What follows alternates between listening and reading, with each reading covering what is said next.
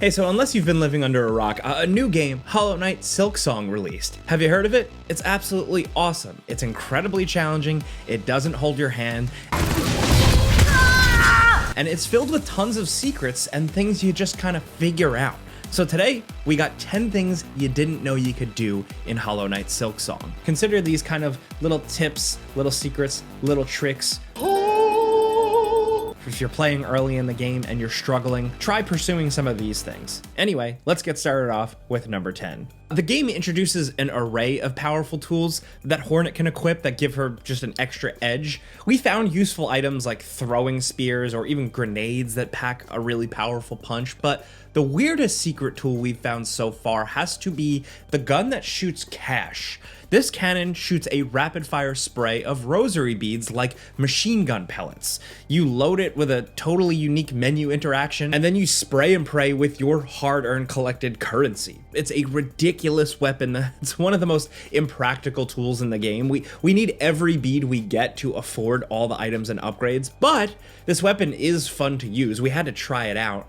This rosary cannon is found in a secret room in the Citadel. In the lower level of the high halls, there's a room with a bench and an unlockable elevator. To the left of that room, there's an interior doorway that leads to a machine that transforms rosary beads into strings. Basically, it's a machine that turns your money into an item you can carry. But if you follow a secret passage that leads to a treasure chamber chest, then go down and find another secret passage through a breakable wall, then Hornet can access the area directly beneath that rosary vending machine. By smashing it, you'll get the machine gun that shoots money that we mentioned. It's a ridiculously secret weapon that's also kind of impractical. Maybe there's a reason for it, but we couldn't figure it out. Look, if you've got extra money laying around, maybe it's pretty powerful to use, but that's up to you. Next at number 9, Bone Bottom is the first settlement that you'll find in the game, and it's your best getaway for a very long time. Act 1 throws an entire wilderness for your bug to explore, and it isn't a very welcoming place. Bone Bottom is kind of like your lifeline to civilization and NPCs. It's got this like centralized location, it's got the bench for resting, it's a frequent stop in the earlier parts of the game when you're wandering around. You'll eventually unlock bigger towns and even your own private room, but Bone Bottom is one place where an actual unexpected event can happen. So after repairing Bone Bottom in Act 1, you'll get a side quest to hunt a creature called the Skull Tyrant. This is an optional mini-boss that Hornet has to track through the environment. Following its trail, you'll eventually corner this monster in the Marrow area of the map. The boss isn't especially difficult, making it a pretty good starting hunt for you, but that isn't the end of the Skull Tyrant. So defeating it gives you a key item, so you can turn it in at the Bone Bottom quest board. And that leads to another unique event that we weren't prepared for. An unspecified time after beating up the Skull Tyrant, you'll return to a peaceful Bone Bottom. Resting at the bench seems like a good way to save your game and relax, but a secret event can happen mid-sit. So after using the bench, a new Skull Tyrant spawns and rampages through the town. It sends the citizens scattering, it tramples all the tents. The battle causes even more damage to the town, wrecking it completely. At least for the second round, Hornet doesn't have to pay for repairs. The citizens will fix the place up for themselves this time, and build a little statue in honor of a fallen citizen. There's even a special funeral sequence. It's a story event that'll only happen if you actually keep going back to Bone Bottom, so we recommend revisiting everywhere often, because you might not know what happens. And speaking of not knowing what happens, if you haven't subscribed yet, please do. We were looking at our numbers, and statistically, a lot of you aren't, and you might be missing out on what happens on this channel. So click subscribe if you haven't. If you have, thanks for listening to us. Let's move on. At number 8, one of our favorite secrets can only happen if you're caught. So in Act 2, Hornet gains access to an area called the Citadel. This giant fortress is like its own mini Metroidvania in and of itself, and there's one sequence that's seemingly completely blocked off. The prison, called the Slab, can't be accessed from the Citadel. There's an entirely different way to get inside. Back in Bellheart, there's a new enemy nearby, at least for us. They appeared there. So we've seen these enemies spawn in different locations, and it isn't always clear what triggers their appearance, but we found one east from the town. Leaving Bellheart, you'll enter Greymore and find one of those bugs carrying cages. They'll lunge at you and attempt to catch you, and if they do, you'll actually be transported to an entirely different area. Hornet wakes up in the slab, this secret level, and with none of your gear available. Your sprite changes too. Hornet loses her cape and her weapon, so you can only perform weak little kicks to defend yourself. Now, the slab is a special secret level because you're trapped until you find a way out. The enemies are too tough to fight without your gear, so you'll need to use traps to fight back, or you can run away from some fights altogether. The prison is a complicated area with multiple keys to collect, and it's surprisingly difficult when you're just stranded without all your useful stuff. And the slab leads to one of the toughest bosses we've seen. If you manage to find the key of the apostate in a totally different secret area called the Putrefied Ducts, you can return to the slab, then unlock doors to a new area, and reach a super boss called the First Sinner. This thing is seriously difficult, and you might want to save it for later in the game. If you thought the rest of the game was difficult, wait until you reach this guy. Now, we knew the minute we saw the catcher enemy, we'd be thrown into like a Bloodborne situation. There are enemies in that game that kidnap your character, just like the bugs here. The only difference is how elaborate the prison escape sequence is here. You get a totally different sprite and like a whole level. That's the kind of detail you can expect from the people who made this game. They're just crazy. They're on another level. Next at number 7, speaking of Bloodborne, if you love the rally mechanic that gives you the ability to heal your hunter by attacking enemies, you can get that type of gameplay here with the Crest of the Beast. So in Bloodborne, your character has this brief window to retaliate after taking damage, where your attacks will actually leech back health. The Crest of the Beast here works in a similar way. Instead of healing Hornet when your Silk Spool is full, you'll enter a special rally state where attacks will heal you per hit.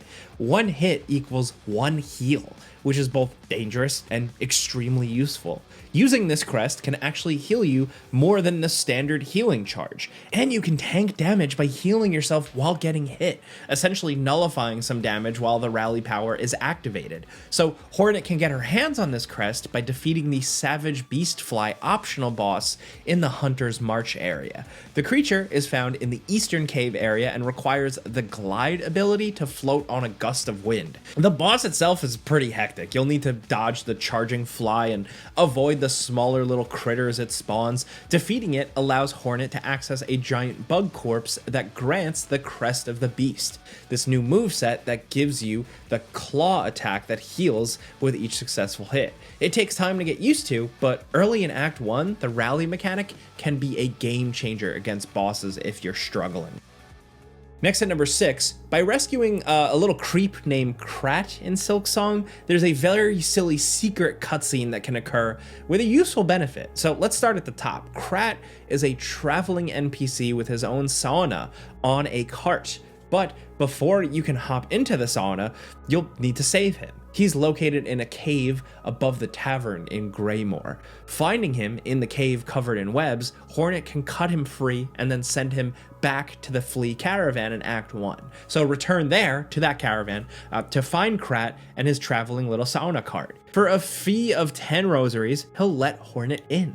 A dip in the water heals your masks and refills your silk, but if you wait too long, you'll actually notice something odd. Sit in the sauna long enough, and Krat will peek through the window at the top of the cart. If you jump and smack him, he'll fly off. And talking to him after leaving, he'll graciously offer to let you use the sauna for free from now on. So getting peeped on is a small price to pay for free benefits. Next at number 5, we're skipping ahead to Act 2, where Hornet explores an enormous citadel environment that's full of locked doors and hard to reach mysteries. One of those mysteries we've already talked about here, that slab prison, but the White Ward area is different here. The White Key is found at the Songclave settlement that you'll eventually unlock by ringing this giant bell.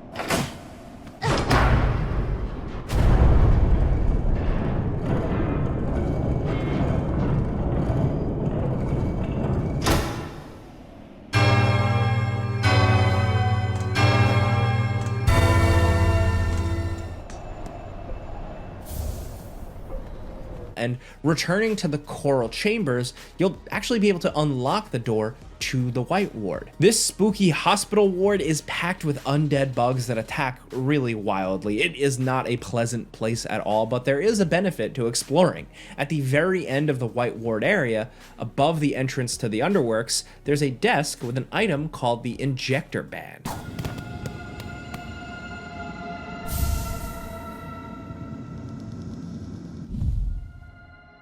Equip it to your crest to heal faster. Your binding skill, which of course heals Hornet, can be pretty slow, so making it pop out faster in the middle of combat is pretty essential. This single item is one of the best upgrades early on in the game, and you can easily miss it if you're not exploring deep into the White Ward, so pay attention.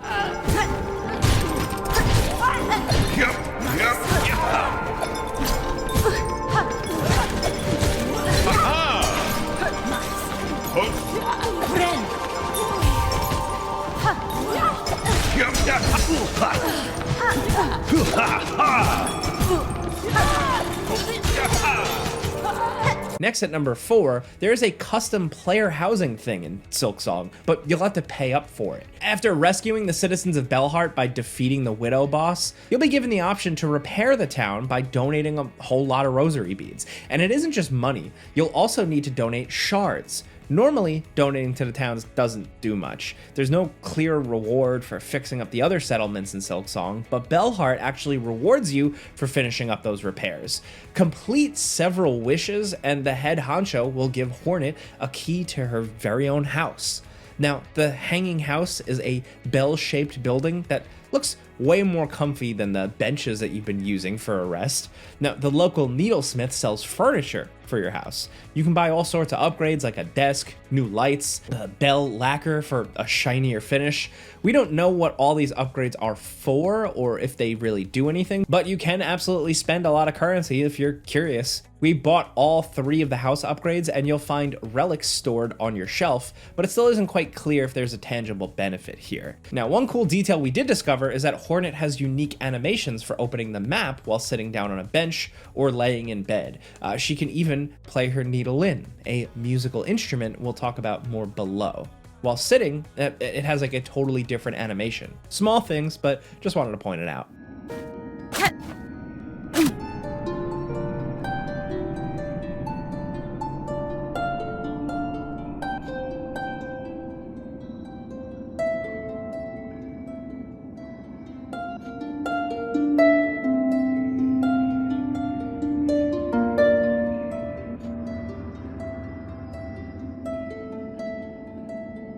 Now at number 3, here's a weird one. Deep in the Sinner's Road area, at the far southeast corner, there's a character called Styx that Hornet will encounter for the first time. This guy instantly devotes himself to you, whether you like it or not, and it does have a secret benefit. He won't move from his spot in the Sinner's Road, but he will collect valuable items for you. Return to the corner periodically, and Styx will have a captured Silk Eater item for Hornet to take. Now, Silk Eaters are consumables that allow Hornet to reclaim her husk, essentially recollect her dropped stash and all the cash it dropped, without actually traveling to the location. Like Dark Souls and other games like that, you'll drop all your currency whenever you die. You can either do a death run straight to your dropped stuff, or use a Silk Eater item. They're normally very rare, but Styx will catch them for you.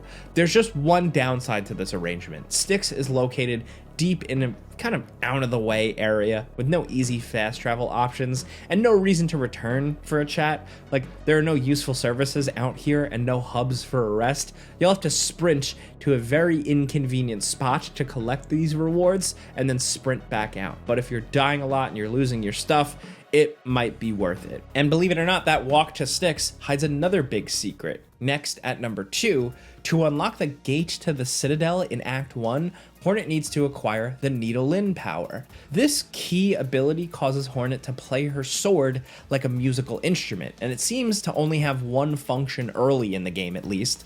You can use it to unlock the Citadel gate, and that's about it.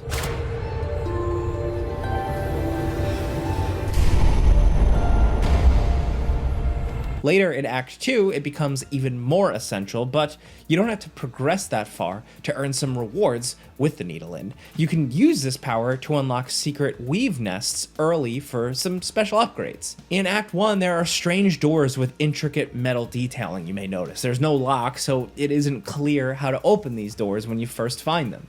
Using the Needle-In ability causes these doors to glow and eventually unlock. The first one we found worth mentioning early on is the Moss Grotto. The dimly lit advanced technology area has an unlockable map and a hidden lore character. The area is called Weave Nest Atla, and by smashing through 3 breakable walls in a row, Hornet can talk to a strange character named Eva.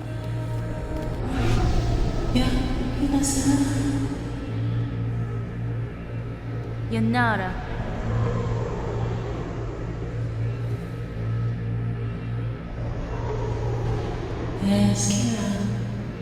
Eva does something very special. Periodically, she'll upgrade your crests. It isn't clear what criteria you have to meet to make her upgrade her stuff, but keep revisiting her as you make progress. She'll upgrade crests to make them better and even give you an additional permanent slot for equipping items, independent of crest. That's one of the most useful upgrades early on in the game.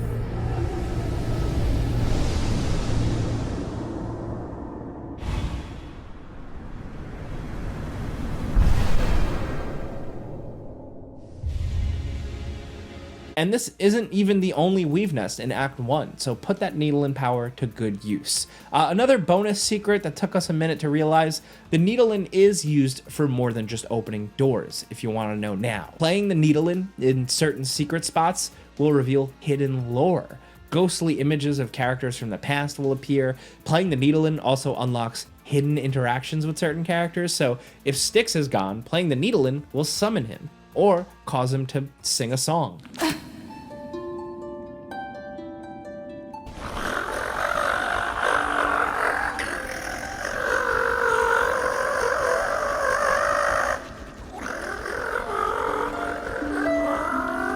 This trick works on a lot of NPCs in the game. Using the Needle-In causes every character to break out in a song, and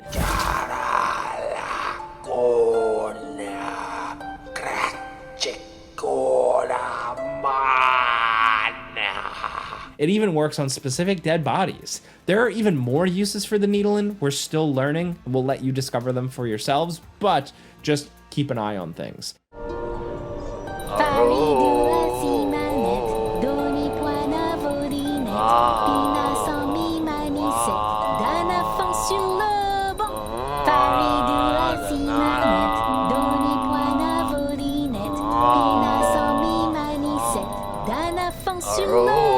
Now, number 1, the hidden bile water is one of the nastiest secret levels if you're beginning your journey. It's a classic Dark Souls style poison swamp.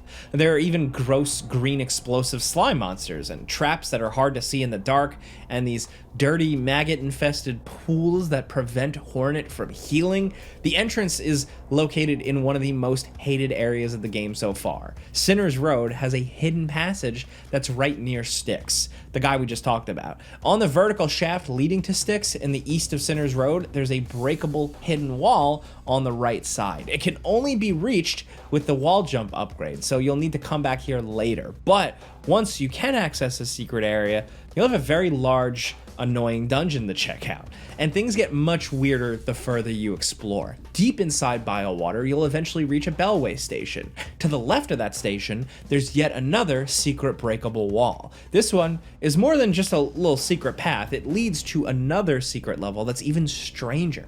The Mist is a creepy, dreamlike world with ghostly enemies. The screaming phantoms are unlike anything else you've fought, and the enormous map here is filled with even more traps.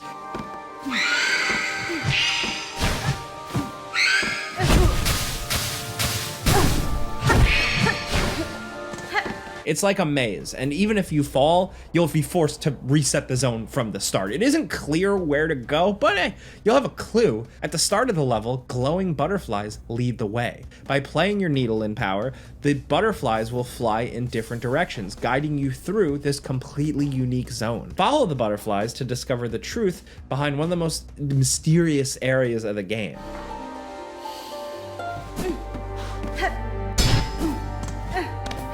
The mist leads you to yet another new bizarre location called the exhaust organ, and this area just keeps getting deeper and deeper. It's one of the most intriguing locations in the game, and it feels like it never stops. It leads to a super secret boss fight, and you know, it's hard to say no to a secret boss in these games.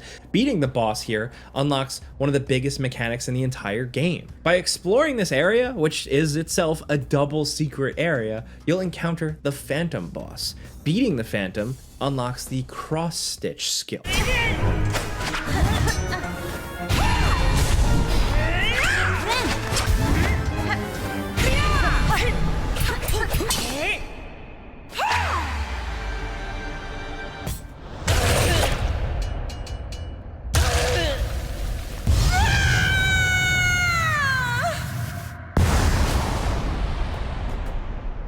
This is your parry, and it has the potential to be a true game changer. And that isn't all you'll find in this awful bile water area. There's a truly diabolical climb up the region that's full of barfing bugs and more traps and poison things. There's even a bench that's actually one big joke. The path is one of the longest without a bench in the game, and it leads you to a brutally difficult secret boss that unlocks a third secret called the putrefied ducts.